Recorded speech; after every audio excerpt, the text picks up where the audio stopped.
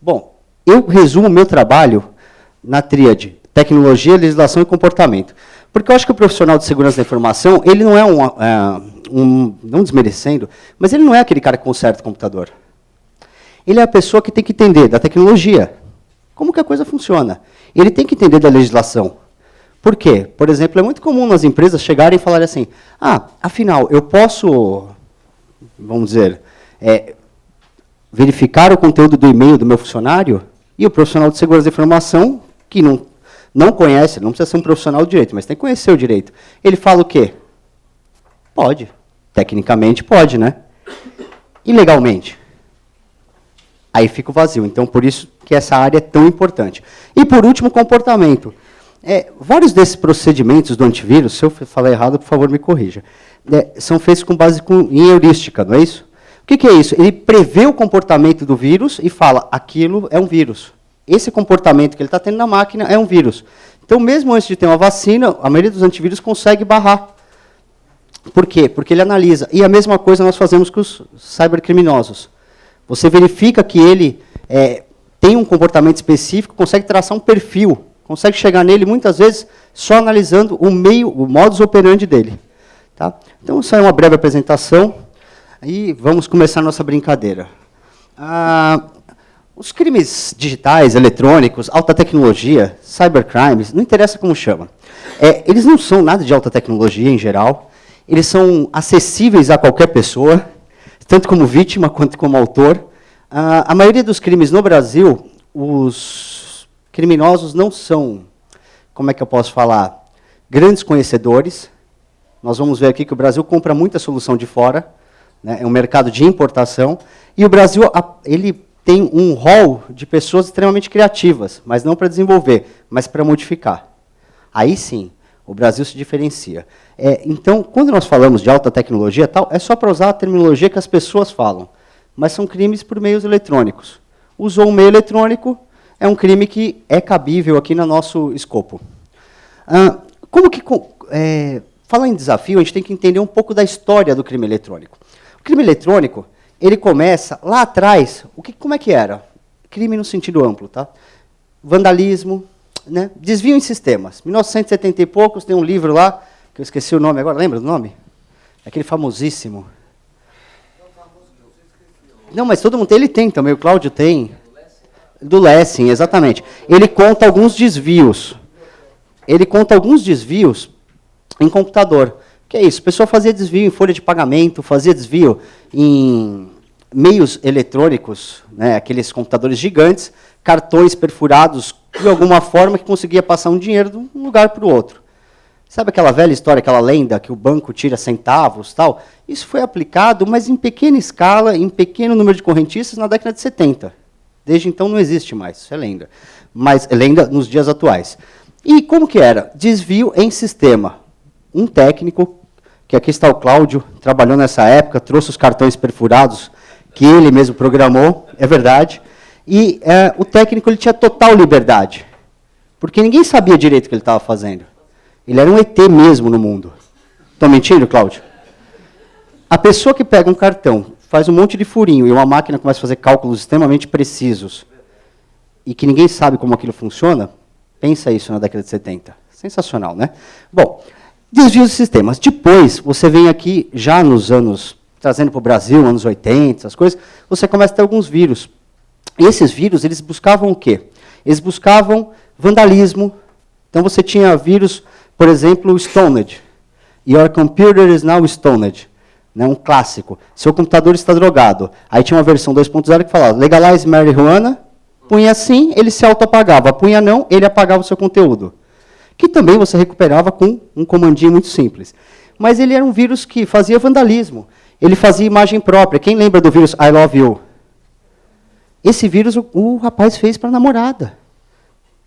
O nome deles aparecia no código-fonte. Foi muito interessante. Ele era apaixonado. Então, quer dizer, ele fazia algo, por exemplo, eu fiz um vírus mais danoso, ela vai lá e desenvolve um vírus que é mais danoso ainda, para concorrer comigo. Então, vocês veem a diferença da coisa. Era uma coisa de uma concorrência entre garotos, entre fuçadores, digamos. Não entre criminosos, Não que eles não fizessem dano a ninguém, mas não eram profissionais do crime. Depois você começa a ter uma outra brincadeira. Crimes de identidade, crimes contra a honra. Como que é? As pessoas começaram a realmente causar prejuízo. Veio junto propriedade intelectual, pedofilia, fraude bancária. Propriedade intelectual é um negócio que não tem tanto problema no Brasil, aquele negócio de MP3, vídeo, acho que vocês nunca ouviram falar, né? Na Suécia é muito comum isso, sabe? Aqui não, aqui ninguém pirateia nada. Eu mesmo nunca ouvi falar, só estou falando para que vocês conheçam, né, a realidade desses países. Né? Fraude bancária também, não tem, né? Bom, então entenderam a diferença? Aqui o cara começa a ganhar dinheiro. Ele fala, ô, isso aqui é bom, hein? Aí ele vai lá, pega aquele garotinho e começa a ganhar dinheiro. Ele é um profissional já do crime aqui, que alicia técnicos na primeira rodada, fala, vem cá, garoto, vem trabalhar comigo. E ele vai. Hoje ele não precisa, hoje eles formam o seu pessoal. Né? E você começa a ter pessoas que criam uma identidade na web para cadastros, para essas coisas, para obter benefício, crime contra a honra. Todo mundo já viu 1000 vezes aquelas notícias, Orkut, Facebook e tantos outros aí que o pessoal fica se xingando. É o único que não envolve dinheiro aqui. O resto, todos eles envolvem dinheiro. Agora você tem uma nova onda. Cyberativismo, que é nada mais do que essas manifestações na rua, aquele pessoal que usa máscara e destrói tudo, você tem igual na internet. Então você tem ataques muito danosos, como, por exemplo, posso citar no ano passado, vocês lembram que a Fazenda ficou fora do ar? Quem lida com empresa sabe disso daí. Ficou, se não me engano, 3 dias vai e não volta, 1 dia totalmente indisponível e 2 dias vai e não volta. Né? Aquela coisa. Cyberativistas, não ganharam nada com isso. Quer dizer, ganharam cadeia, né? Porque eu identifiquei eles em 4 dias. Mas foi legal para eles, né? Não sei. Cyberespionagem, cyberguerra, eu vou falar um pouquinho mais para frente sobre isso. E lavagem de dinheiro. Pensa assim, se você consegue circular dinheiro no mundo de forma rápida, o que acontece? Fica mais fácil sumir com esse dinheiro, né? Então as quadrilhas estão especializando em circular dinheiro. Então o dinheiro circula em velocidade muito alta. Continuando com a nossa brincadeira, já entrando nos desafios e novas modalidades. Você pode, por exemplo, falar que você tem como desafio, e não nova modalidade, qual que é o maior desafio que nós enfrentamos? Vamos lá. Por que muitos vírus... Quantas vezes vocês já viram aquele aviso assim? Não solicitamos mais do que uma senha do seu cartão. Já viram isso daí? Na internet? Legal. Quantas pessoas preenchem o cartão inteiro? Eu lembro de uma menina que chegou e falou, olha, eu tenho antivírus, eu me protejo e tal. E aí, outro dia, chegou um cartãozinho lá do inferno, aquilo, porque eu tive que digitar ele inteirinho na internet para usar. Quer dizer, o banco não tem ideia de que mandou para você o número? Está escrito no site, não solicitamos mais do que um número. Aí você também tem aquela coisa de assim, olha nossas fotos, ficaram ótimas, de uma pessoa que você não vê há 40 anos. No meu caso, 40 anos eu nem vi ela nunca na vida, mas tudo bem, tenho 37. Mas você não vê há muito tempo, e aí você fala, peraí, se eu não vejo, eu tenho que ver as fotos que a gente está junto, né? Não. Então, a primeira coisa que eu digo que é um desafio, e vai ser sempre, enquanto os usuários não entenderem, o que é? É a falta de conhecimento. Quem são os usuários? Somos todos nós. E, na verdade, nós temos que investir no conhecimento. Eu faço uma brincadeira sempre, não me canso dela, porque ela explica bem. Quem aqui aprendeu a dirigir sozinho? Alguém? Alguém? Ninguém? Não, aprender a dirigir sozinho é impossível. Aprender a dirigir sozinho, nunca vi um carro na vida, eu abro, entro e saio dirigindo, é impossível. Porque ou eu não conseguirei sair com o carro, ou eu vou sair e vou bater no primeiro poste, não é isso? Agora alguém te ensinou, ou você observou, não foi sozinho. Sozinho, ninguém. Agora em computador, quantas pessoas vocês conhecem que vai lá, nunca utilizaram a máquina, de repente fala assim, iniciar, né? Iniciar começa, né? Todos os programas. Pensa no Windows XP, que é um exemplo legal. Aí ele fala, Internet Explorer, quero explorar a internet. É isso que eu quero explorar a internet. Pronto, ele já está lá. Ele está na internet. E ele vai lá e ele vai ver o quê? O Xvideos. E aí ele começa num mundo que ele não tem ideia do que é. Eu vejo que tem pessoas que não se manifestaram do Xvideos. É um site de pornografia. Enquanto eu vejo outras aqui que elas estão até ruborizadas, que eu Dentro da minha finesse, não declinarei que é ele. Bom, mas continuando. Aí acontece o quê? Esse usuário começa a ter problemas. Ele começa a trazer conteúdo para a máquina. Aí ele tem antivírus. Um exemplo, né? Eu falo de antivírus porque a maioria das máquinas são Windows. Elas precisam de antivírus. Isso não é nenhum demérito. Se outro sistema operacional começar a progredir, ele também vai ter problemas. Bom, aí ele fala, eu tenho antivírus. Eu tenho antivírus. Meu antivírus é bom. Ele é McAfee. É isso? Gostou, né? Bom, aí ele fala assim, é McAfee, é bom? Legal. Só que o que acontece? Ele não atualiza há 8 anos.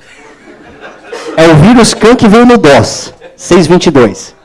Certo? Não, brincando que não dá para funcionar. Mas ele tem um antivírus de 2 anos atrás. 6.22 começou no 6, né?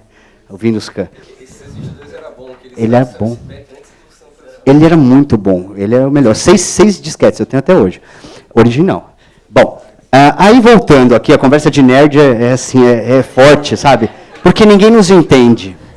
E hoje que nós somos os donos do mundo, porque todo mundo fica na frente do Facebook. Entendeu? Nós tomamos conta do mundo. Então os nerds, quando se encontram, ficam felizes de ver o resultado de tanta batalha. Certo? Bom, voltando aqui, falta de conhecimento dos usuários. O usuário vai lá e ele faz o quê? Ele chega lá simplesmente e ele fala assim, eu tenho antivírus, mas ele não atualiza. Aí ele fala assim, olha, tem um negócio que fica aparecendo o Windows atualizar. Tem que fazer? Não, eles mandam para você sentir saudade, para dar presença, assim, né? Ver que eles existem. E assim, aqui, ó, nesse negócio aqui fala que o meu software não é original. Tem uma estrela. Como que eu tiro a estrela? Ele não quer pôr o software original, ele quer tirar a estrela. Entendeu? Aí começam os problemas. Por quê? Usando o exemplo do Windows XP, um dia nós pegamos e decompilamos. O que é decompilar? Você pega um programa que está executável na sua máquina, aquele programa que você pode clicar e ele funciona. E você transforma ele em linguagem de máquina, para você ver o que ele faz. Tem outros meios, mas decompilar é um dos meios. Nós pegamos um ativador do Windows pirata. Ele simplesmente modificava os arquivos do Windows e abria portas. Como portas? Portas é quase igual na vida real, porta mesmo, que é a que dá acesso à máquina, porta não monitorada. Então, quer dizer, você instalava um Windows pirata e conseguia alguns buracos na sua segurança. Pensa agora no advogado. Acho que a maioria dos senhores são advogados, ou estou estudando para tal. Né? E aí, na verdade, é assim, vocês lidam com a vida dos outros. Acho que nem fica bonito, né? Advogar em causa própria, não é isso? Então, quer dizer que o arquivo de vocês no computador está cheio da vida alheia. Não é a vida de vocês. E se alguém furtar esses dados? Se tiver valor econômico, hoje em dia já os tribunais entendem que cabe furto. Né? E aí? Percebe como a falta de conhecimento do usuário ela acaba prejudicando a vida profissional, ela acaba prejudicando todo um ecossistema que é feito para funcionar. Então, a minha dica é o quê? Aprimorem o seu conhecimento. Tem que virar técnico? Não, de forma alguma. Mas tem que entender a ferramenta, conhecer os riscos, saber até onde eu posso ir.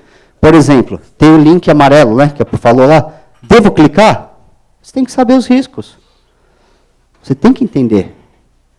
E não ligar para o Matias ou para mim, ou para qualquer outra às 4 da manhã. Apareceu aqui, eu preciso clicar, eu vou.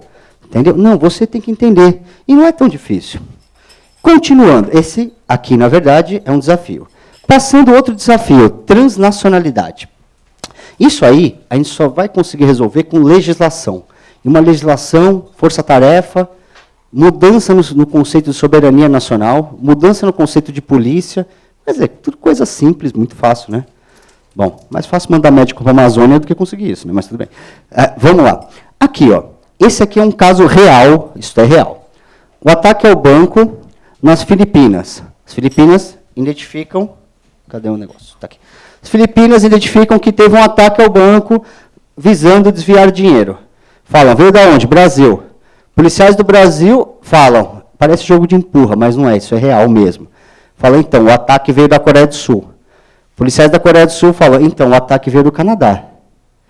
E policiais canadenses identificam a origem e prendem os criminosos. Quer dizer que aqui estava todo mundo mentindo? Não. Realmente ele fez esse caminho. Ele sai daqui, vem para cá, vem para cá, vem para cá, para chegar no destino final. Cada autoridade desses países deveria participar ativamente da investigação? Sim, senão é impossível descobrir. E por que eles fazem um caminho desse? Porque eles se escondem atrás de legislação. Se eu precisar quebrar um sigilo, quanto tempo demora? Os senhores são advogados, eu peço uma quebra de sigilo de um IP, quanto tempo demora? No criminal? 6 meses, tá bom, né? Tá tranquilo, para que pressa, né? O pessoal está muito estressado. Né? Pressa, né? 6 meses. Então é isso. Então nós temos como desafio, por exemplo, a transnacionalidade. Nós temos isso daí. Nós temos uma coisa que não está previsto, nunca ninguém previu que a lei ia acontecer. Isso é diferente do cara que traz armas ou drogas na fronteira e é transnacional, mas é uma pessoa, eu pego ela, eu ponho a mão nela. Entendeu? E geralmente é crime dos dois lados, você consegue tomar uma atitude. Isso daí não. O que você faz? Mudança nas leis. Continuando aqui, computação na nuvem. Falando em computação na nuvem, o que é a tal da nuvem? Alguém sabe? O que é a tal da nuvem? Cúmulos, nimbos, essas coisas? Não. A nuvem, o que, que é? Falando em termos bem simples, quem tem Gmail, por exemplo, Hotmail, coisas do gênero, fica no computador de vocês o e-mail? Ele está na nuvem. O que, que é a nuvem? Ela está num servidor, que eu não tenho a menor ideia de onde esteja, muitas vezes distribuído em várias localidades geográficas, que garante o funcionamento dele. Isso é a nuvem. Quando fala, está na nuvem, vou mandar para a nuvem. Não é nada complicado. Em vez de funcionar no seu data center, sob a sua vista, ele vai funcionar onde? Aonde o seu provedor de serviço que você contratou determinar. Diferente, né? Mas muito simples. Fala, por que isso é um desafio para o crime eletrônico? Exemplo. Eu vou lá, tem uma aplicação de crime eletrônico muito comum, que ela é hospedada na web. Só que, em vez da pessoa hospedar numa rede doméstica, numa casa, tal, ela hospeda na nuvem. E dessa nuvem, é uma nuvem, por exemplo, da Amazon, ou, por exemplo, da Microsoft, que tem centenas de lugares no mundo que você pode escolher para ficar. Inclusive, rodando em todo simultâneo, trocando de um lado para o outro. E aí, complicou?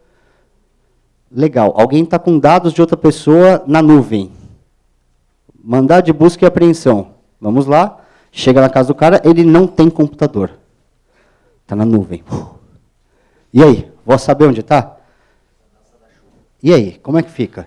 Então, isso daqui é uma coisa assim, que chega lá o advogado, ele vai pedir alguma quebra, alguma coisa, ele vai falar assim, então, para quem que você quer pedir a quebra? Está no Google, está na Microsoft, sabe assim, mas não tem como falar na rua tal, no endereço tal.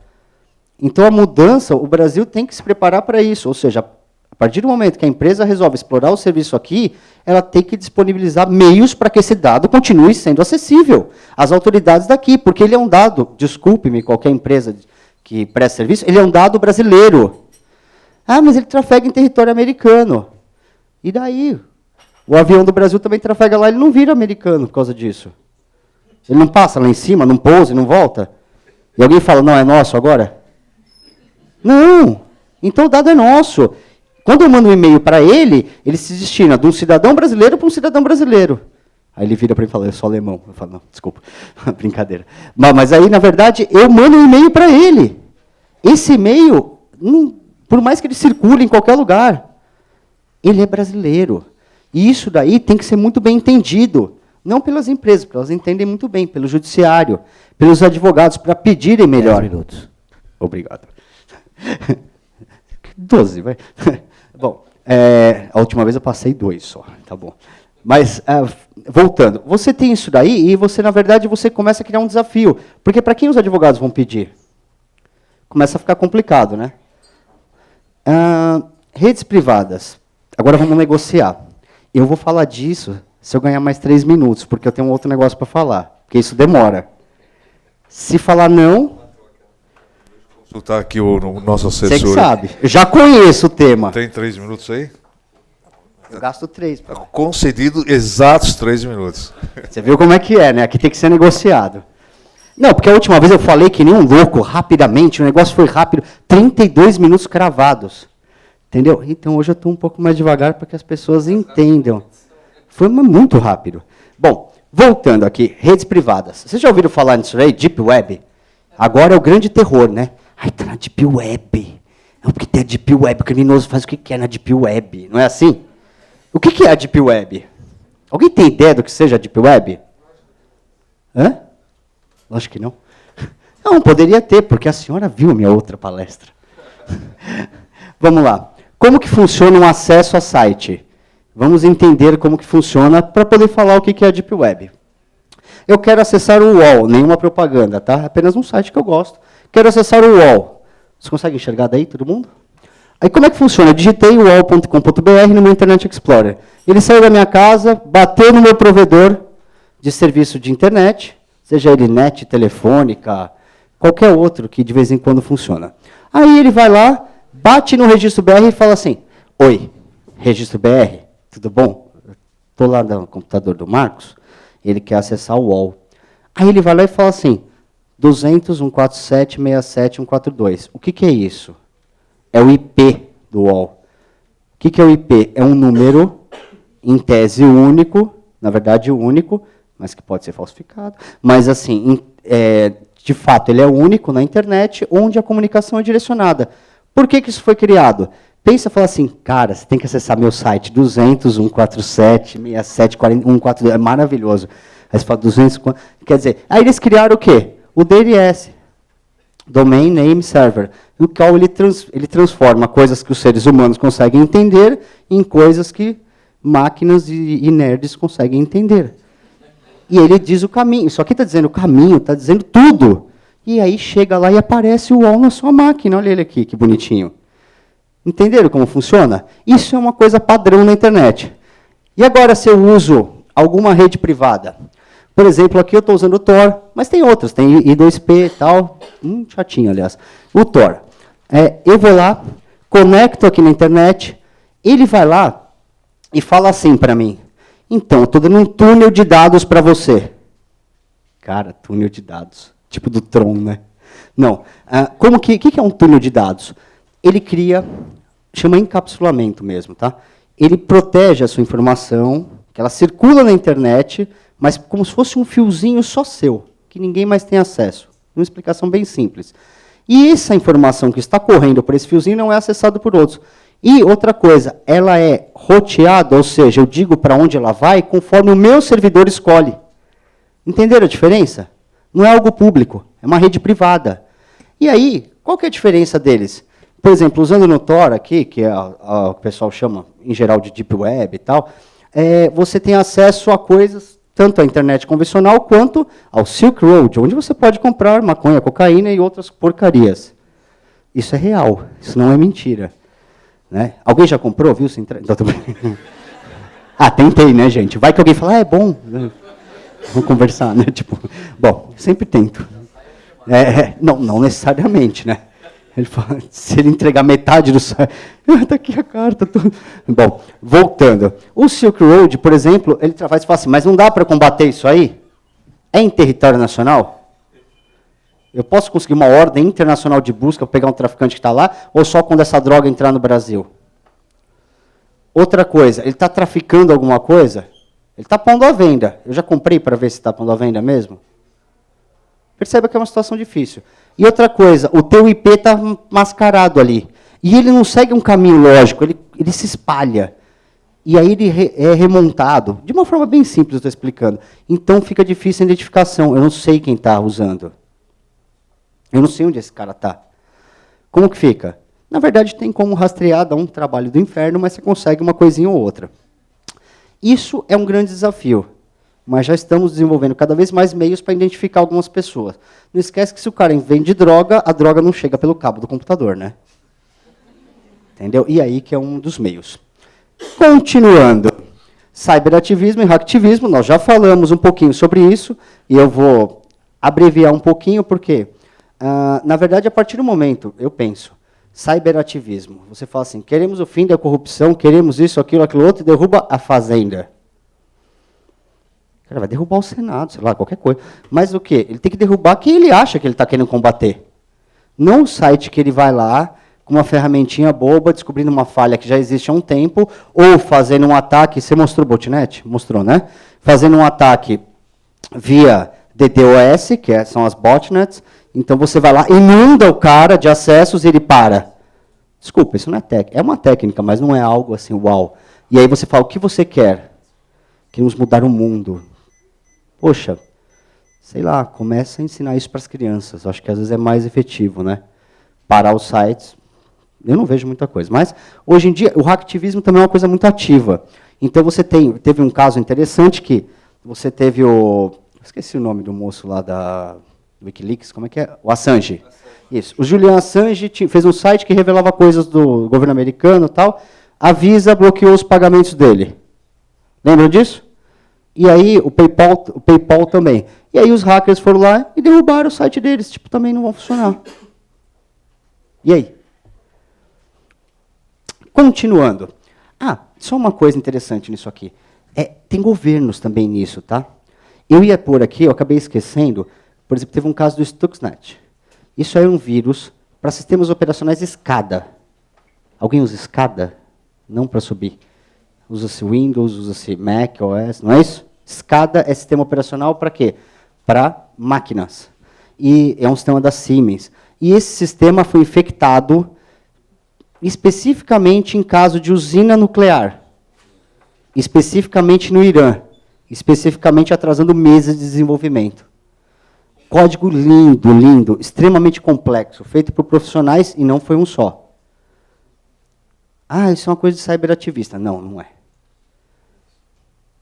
Eu acho que tem muito governo atrás de algumas coisas, né? Mas tudo bem. 5 minutos. Então, cartões de segurança, gente. A gente vai falar bem rápido agora. Você que sabe, eu já sei tudo isso aqui, não é nenhuma novidade. Bom, vamos lá. Aqui, ó, isso aqui é muito interessante. Algum de vocês usa cartão para entrar no prédio? É legal, não é? Bacana, super seguro, não é legal? Olha que interessante. O artigo 155 diz que ele vai ser qualificado se usar chave falsa, não é? Legal. Como que eu diferencio um cartão verdadeiro de um falso? Deve ter uma chave de segurança, não é? Vou mostrar uma coisa para vocês, vou tentar aqui. Isso aqui é uma chave mesmo, de um edifício, tá? Da Polícia Civil, do nosso prédio. É mesmo, não é mentira. Aí você vem aqui, eu peguei um celular com Android, não tem nada demais, tá? Venho aqui, vamos ver se funciona, brincadeira? Né? Não sei, eu fiz um cursinho, né? Vamos ver se funciona. Eu venho aqui, ligo aqui um leitor, né, de cartões, nada muito chique. Venho até aqui, volto. Aí eu vou ler. Isso aqui está em cima da sua mesa, tá? Vou deixar aqui um minuto só para tirar.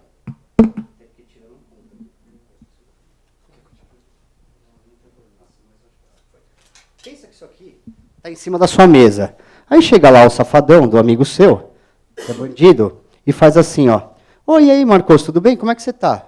Tudo certinho? E ele põe o celular dele em cima. Pronto. Ele põe o celular dele em cima. E ele só deixa lá. Eu esqueci de tirar o barulho. De deixar fazer para vocês verem. Geralmente ele usaria dessa forma. O cartão está copiado já, tá, gente? Ó, só de encostar. Se alguém depois tiver dúvida, está aqui o código dele. O cartão está copiado. Aí o que acontece? Copy Card Plus Advanced Master 2013 R2. Bom, voltando. Ele copiou o cartão. E aí você fala assim, mas ele vai gravar em outro cartão? Dá para gravar? Dá para gravar. Aí você fala, tá, ele grava em outro cartão. E o que acontece? Aí veio o chatinho, né? Mas tem a trilha dele, não regrava. Então tem uma identificação universal que eu não consigo regravar. Só que você compra chinês o cartão, e ele tem lá no próprio site, com a primeira trilha regravável. Então você usa isso aqui, copia para um outro, pronto, você tem uma cópia. Isso pode ser usado tanto para você ler isso aqui, você pode ir no metrô, aliás, é muito divertido. Você põe no metrô assim no bolso e fica pip, pip, pip, pip, pip. Quando você vê, você tem um monte assim.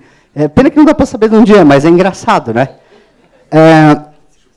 Não dá tempo de mostrar para vocês, mas eu tenho uma carteira que eu comprei lá fora que ela não deixa ler. Ele já tem essa preocupação lá. Se alguém quiser ver, eu tenho aqui, eu mostro como é que é. E você pode pôr em cima... Não tem nada, filho, para. Aí você pode pôr em cima e ela vai lá e não vai ler. Mas pensa nisso aqui. Voltando ao artigo 155. Houve o uso de chave falsa? Sim. Não, sim. Não é a sua. Eu estou com a minha aqui, alguém entrou no meu prédio, e aí? Houve uso de chave falsa. Como que o advogado... Aí você fala assim, mas advogado não tem nada a ver com isso. Aí você fala assim, tá, minha seguradora não quer pagar meu cliente, porque diz que não houve uso de chave falsa. E aí? Como prova? Por mais 2 minutos eu falo, né? Mas dá para mostrar. Entenderam como é que funciona? Na verdade é assim, isso daqui é uma coisa nova. Nova? Não, isso é antigo, isso existe. Isso daí funciona com aquele, como é que chama o Vale Transporte? Passa fácil, como é que é? Via rápida? Bilhete único. Funciona. É só ter a chave de acesso. Dá um pouquinho de trabalho, mas dá para descobrir. É seguro até hoje? É, mas já teve um pessoal que quebrou. E homicídio, dá para matar alguém? Dá para matar alguém por via eletrônica sem tacar o computador na cabeça? Dá ou não dá? Alguém tem marca-passo aqui? Se tiver, sai, porque vai ser assustador. Se alguém tiver marca-passo, sério, alguém tem? Alguém? Não, você tem, ele tem, ele levantou a mão. É por causa da Xvideos. Ninguém tem? Bom, eu ia perguntar se é dos modernos, porque os modernos, pensa que toda hora tinha que ser recalibrado, não é isso? Toda hora tinha que recalibrar. E aí isso é uma coisa ruim, né? Porque ia ter que abrir o peito do cara para recalibrar. Aí depois fizeram um negocinho aqui que abria só aqui. Hoje em dia não precisa mais disso. Hoje em dia tem um leitor que ele senta-se à frente do computador, passa as informações médicas via internet para o médico dele, e o médico já manda o comando recalibrando. Mas ele pode desfibrilar o cara também, à distância. Tá, existe um ataque, para quem duvidar, tem a documentação dele inteirinha aqui, e esse ataque já foi feito, não com uma pessoa, pegaram um marca-passo, instalaram numa peça de carne e fizeram isso aí à distância. E aí, homicídio ou não? Isso é coisa que vai acontecer em pouco tempo. Continuando, e agora está acabando. Está acabando, eu juro. Espionagem governamental. Eu liguei para o Obama outro dia, ele me atendeu muito bem, e falou assim, porque agora eu não perco mais, eu nem tenho mais 3G, não tenho nada. Eu ligo para ele e falo, chegou o e-mail? Ele vai lá, dá aquela olhadinha, né, e fala para mim que chegou. É muito prático, é legal porque você não gasta com internet. Chega assim, alguém te mandou mensagem? Entra no meu Face, aí ele entra, né? Bem legal. Mas assim, era uma coisa que, isso aqui é a interface, mais ou menos, que coleta os dados, e eu pergunto para vocês, era uma coisa que já existe faz tempo? É. É um sistema de alta complexidade? Não. Sistema idiota. Pensa num cano d'água. Eu consigo ver o que tem passando nele? Consigo, né? Se eu tiver uma janela de inspeção. Agora, pensa que aquilo ali pode ser... Água não, mas energia elétrica, bit, impulso elétrico, pulso elétrico, pode ser duplicado, não pode? Legal, eu duplico aqui. E continua tudo circulando, eu vou duplicando. E aqui eu faço uma leitura com calma de palavras-chave. É isso que acontece. Tudo que passa para os Estados Unidos, acontece isso. Entenderam que não tem nada demais? Um sistema tal. O sistema pelo volume de dados que ele processa, mas não pela tecnologia. Aí fala, mas o Brasil foi pego. Sim, via satélite. O que ele manda via satélite, o que ele manda no cabo submarino, o que ele manda no cabo em outras formas de transmissão, passava por lá, era filtrado quase como os outros. Entendem como uma coisa é complicada? Como barra isso? Tem uma estrutura de rede brasileira. Aí, se eu tiver que mandar um e-mail para os Estados Unidos, vocês têm certificado digital, não tem? Se usar a opção de criptografia, não vai ler. O governo americano não vai ler. Então, a primeira coisa, dica para os advogados, usem esse sistema que vocês já têm para trocar correspondência segura com seus clientes. Seguro mesmo, não vai quebrar. Não vai quebrar. Na hora que alguém conseguir quebrar isso de forma efetiva, metade do sistema de segurança do mundo cai. Desculpa pelo berro do mundo. Né? Tempo esgotado, hein? Mas é que eu fiquei animado. Tempo esgotado. Opa, tá, só Teve finalizar. Crédito de 2, hein? Ok, tem o crédito, não esqueça disso. Obama is watching you, né? Olha lá.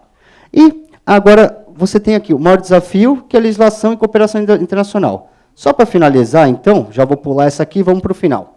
Como que a gente consegue uma internet mais segura? E depende de todos vocês. Por que todos vocês? Porque muitas dessas coisas são coisas do dia a dia. Outro dia na BNT, nós estávamos lá discutindo o negócio da interceptação legal, né? E aí uma empresa de telefonia falando que, não, porque não sei o que lá, eu entrei no site e falei, vocês são cara de pau, vocês colocam aqui que tem responsabilidade social e ficam trocando de sistema toda hora para atrasar as interceptações legais. Que o juiz deferiu, que o cara é narcotraficante, que ele vai lá e sai e sequestra seu filho. E aí você fala que a polícia não funciona. Entendeu? Então, assim, eu acho que isso é uma coisa um pouquinho maior do que interesse privado. Não é porque eu sou policial. Eu não tenho o menor prazer de espionar a vida de alguém. E cada vez que tem uma coisa dessa, me dá um trabalho louco. Mas eu gosto do que eu faço. E eu tenho certeza que os senhores também.